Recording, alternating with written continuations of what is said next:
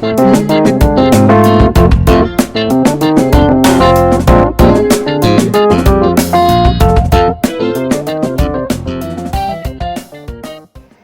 சிறப்புகள். கலை பல வகை. அதில் தமிழரின் தமிழகத்தின் கலை ஒரு தனி கலை. அதில் எழுத்துக்கலை, சொற்கலை, கவிதைக்கலை, மருத்துவக்கலை, இசைக்கலை, நடனக்கலை, நடிப்புக்கலை ஆகியவற்றை பார்ப்போம்.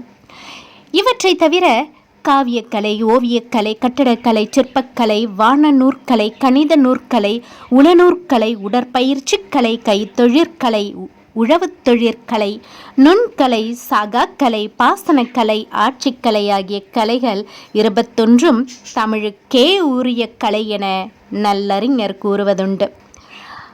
முதலாவதாக ஆய்வுக்கலை.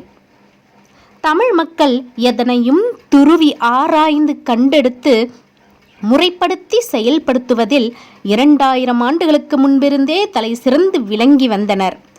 மலையும் மலை சார்ந்த இடமும் குறிஞ்சி எனவும், காடும் காடு சார்ந்த இடமும் முல்லை எனவும், மணலும் மலை சார்ந்த இடமும் பாலை எனவும், வயலும் வயலை சார்ந்த இடமும் மருதம் எனவும், கடலும் கடலை சார்ந்த இடமும் நெய்தல் எனவும் நிலத்தை 5ஆக ஆய்ந்து கண்டனர்.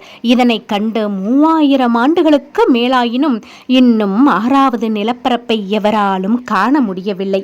கிழக்கே இருந்து வருகிற காற்று கொண்டல் எனவும், அது மேகத்தின் மூலம் கடல் நீரை அள்ளி மழையாக பொழிந்து முல்லை நிலத்தை வாழ்விக்கும் எனவும், மேற்கே இருந்து வருகிற காற்று கோடை எனவும், அது ஆற்றின் மூலம் நீரை கொண்டு வந்து மருத நிலத்தை வாழ்விக்கும் எனவும், வடக்கே இருந்து வருகிற காற்று வாடை எனவும், இது பயிர்களை வளர்க்கும் எனவும், தெற்கே இருந்து வருகிற காற்று தென்றல் எனவும், அது மக்களை வளர்க்கும் எனவும் ஆய்ந்து தமிழகத்துக்கு 4 புறத்திலிருந்தும் காற்றுகள் வரும் என கண்டு அவற்றை வகைப்படுத்தினர்.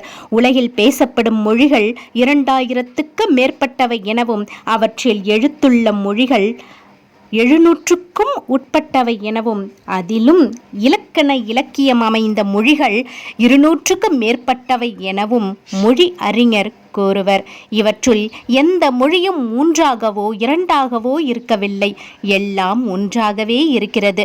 தமிழ் மொழி ஒன்றை மட்டுமே இயல், இசை, நாடகம் என ஆய்ந்து வகைப்படுத்தி 3ஆக அமைத்து கூறியுள்ளனர். எல்லா மொழிகளுக்கும் இலக்கணம் ஒன்றாகவே அமைந்துள்ளது.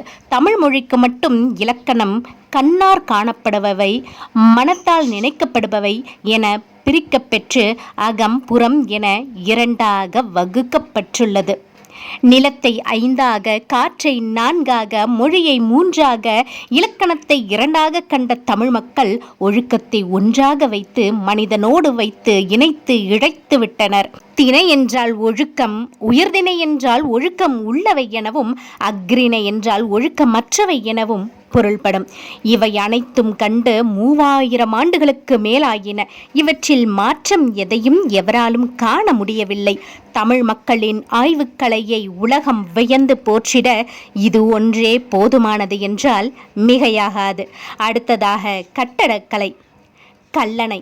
திருச்சிக்கு கிழக்கே 12 மைல் தொலைவில் கல்லணை ஒன்று கட்டப்பட்டுள்ளது. உலகிலேயே தரையில் கட்டப்பட்டுள்ள அணை இது ஒன்றே. அதிலும் 2 புறங்களிலும் 5 அடிக்கு மேற்படாத கரையை வைத்துக்கொண்டே தண்ணீரை தேக்கி அத்தண்ணீரை 6 பகுதிகளுக்கு பிரித்து அனுப்புகின்ற கலை ஒரு தனி கலையேயாம். மற்ற அணைகள் எல்லாம் 2 புறங்களிலும் மலைகளையே கரைகளாக கொண்டதாகவும் பெரும் பள்ளத்தாக்குகளில் நீரை தேக்குவதாகவும் அமைந்திருக்கும். இதை கட்டியவர் கரிகார் சோழன் என்றும், இவரது காலம் 1800 ஆண்டுகளுக்கு முற்பட்டது என்றும் அறிஞர்கள் கூறுவர். இரும்பும் சிமெண்ட்டும் இல்லாமல் இக்கால பொறியியல் வல்லுநர் எவராலும் அணை கட்ட இயலாது. இவ்விரண்டுமே இல்லாது செங்கல்லும் சுண்ணாம்பும் கொண்டே இவ்வணை கட்டி முடிக்கப்பட்டுள்ளது. எப்பொழுதும் நீர் ஓடிக்கொண்டிருக்கும் காவிரியில் எப்படி அஸ்திவாரம் போட்டார்கள், எப்படி கட்டினார்கள், எத்தனை ஆயிரம் பேர் கட்டினார்கள். கொஞ்சம் கொஞ்சமாக கட்டி உயர்ந்து கொண்டிருக்கும் அந்த ஈர கட்டிடம் அடிக்கடி பெருக்கெடுத்து ஓடி வரும் வெள்ளத்தால் எப்படி அழிக்க முடியாமல் இருந்தது. சதுப்பு நிலத்தில் கட்டப்பட்ட கட்டிடங்கள் சில ஆண்டுகளுக்குள்ளாகவே வெடிப்பிட்டு போவதை காணும் நமக்கு தண்ணீரிலேயே அஸ்திவாரம் போட்ட கட்டடம் 2000 ஆண்டுகளாகியும் வெடிப்பு ஏற்படாமல் எப்படி இருக்கிறது என்பன போன்றவைகளை எண்ணும் போது நம்மால் வியக்காமல் இருக்க முடியாது. அடுத்ததாக தஞ்சை பெரிய கோவில் கிபி 1003ஆம் ஆண்டில் தொடங்கி 1009க்குள் ராஜராஜ சோழன் மன்னனால் கட்டி முடிக்கப்பெற்ற தஞ்சை பெருவுடையார் கோவில் தமிழ் மக்களின் கட்டடக்கலைக்கு ஒரு பெரும் சான்று. இதன் கோபுரத்தின் உயரம் 216 அடி. அதன் உச்சியில் வைக்கப்பெற்ற கல் 25.5 அடி சதுரமுள்ள ஒரே கல். அதன் எடை 80 டன். அதில் 4 புறமும் சுற்றி வைத்திருக்கும் நந்திகளின் எண்ணிக்கை 8. அவை ஒவ்வொன்றின் உயரமும் 5.5 அடி, நீளம் 6.5 அடி. தூரத்திலிருந்து சாரம் கட்டத் தொடங்கிய இடத்திற்கு சாரப்பள்ளம் என்ற பெயர் இன்றும் இருந்து வருகிறது. இரும்பும் சிமெண்ட்டும் இல்லாத 1000 ஆண்டுகளுக்கு முன் கட்டப்பெற்ற இக்கோபுரம் இன்னும் பழுதடையாமல் இருந்து வருவது தமிழ் மக்களுடைய கட்டடக்கலையின் உயர்வையே காட்டுவதாகும். அடுத்ததாக ஓவியக்கலை. தமிழ் மக்களின் ஓவியக்கலையும் உலகின் பெயர் பெற்றது. ஒவ்வொரு ஓவியங்களிலும் காவியக்கலையை காணலாம்.